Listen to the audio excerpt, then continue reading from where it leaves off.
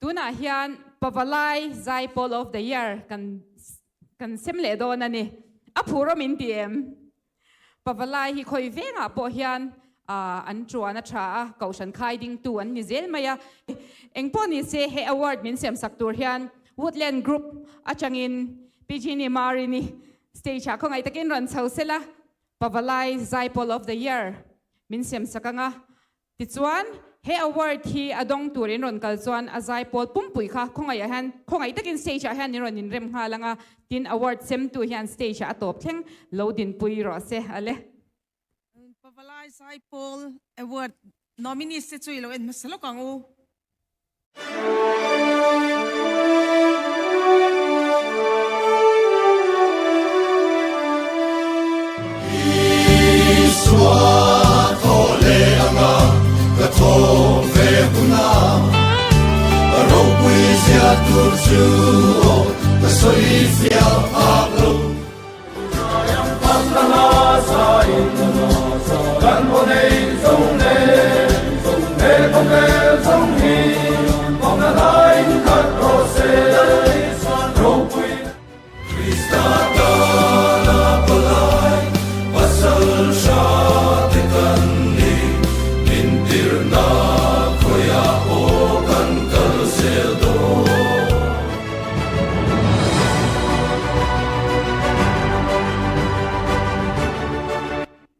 Pavalai Zaipol of the Year Gospel dong to the two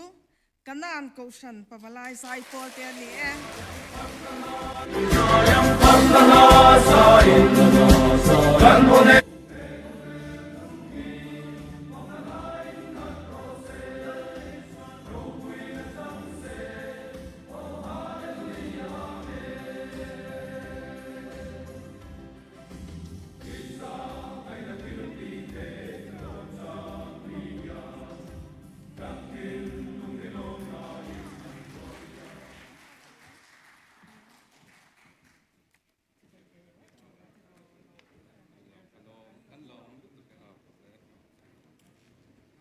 Pimari di kan lome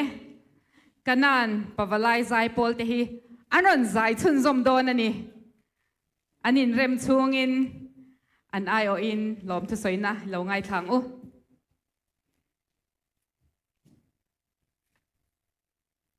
kan lom hle mai ti lo kha chu soi tur po kan thedo na mi nuk te po aul thei ruma zanina helai huna local zong te le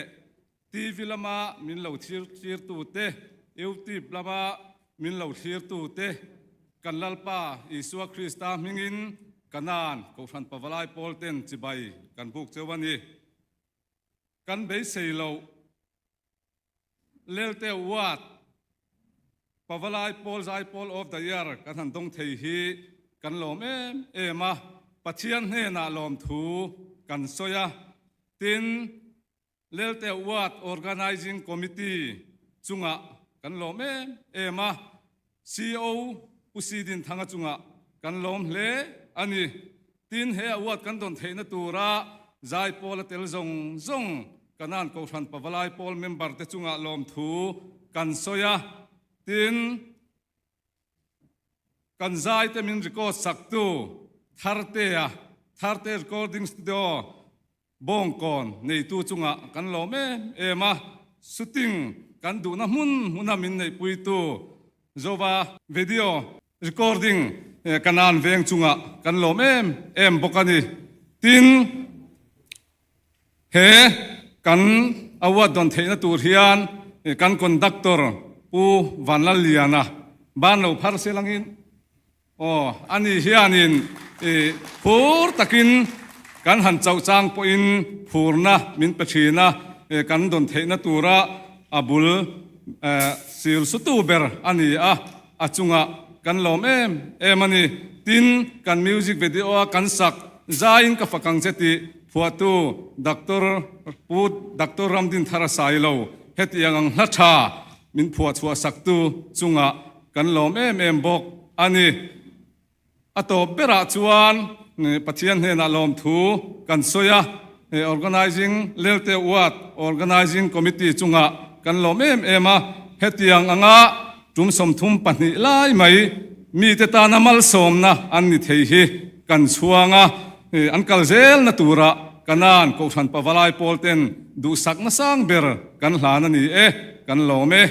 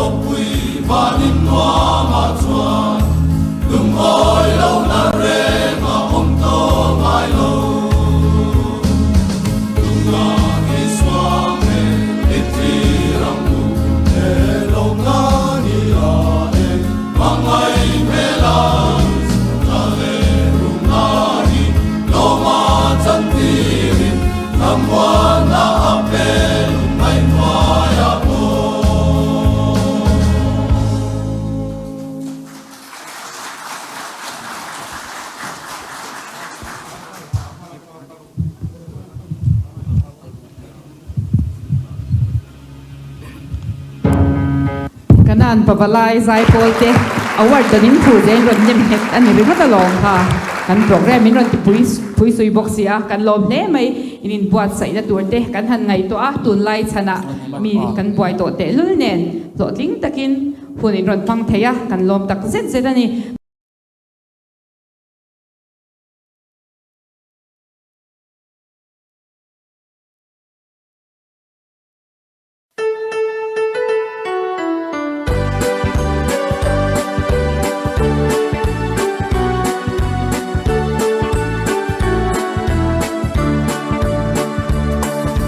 Hãy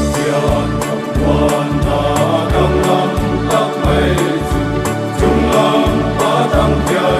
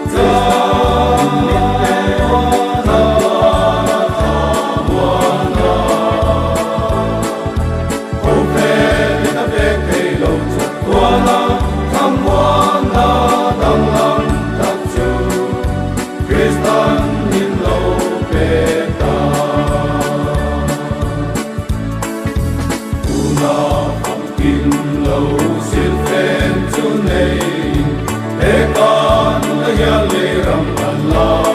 tua a kan lei sing nun hian tha na bel hu ni tatwa na thamwa na phang kim kat chang to a wa ya na hian tha thamwa na wa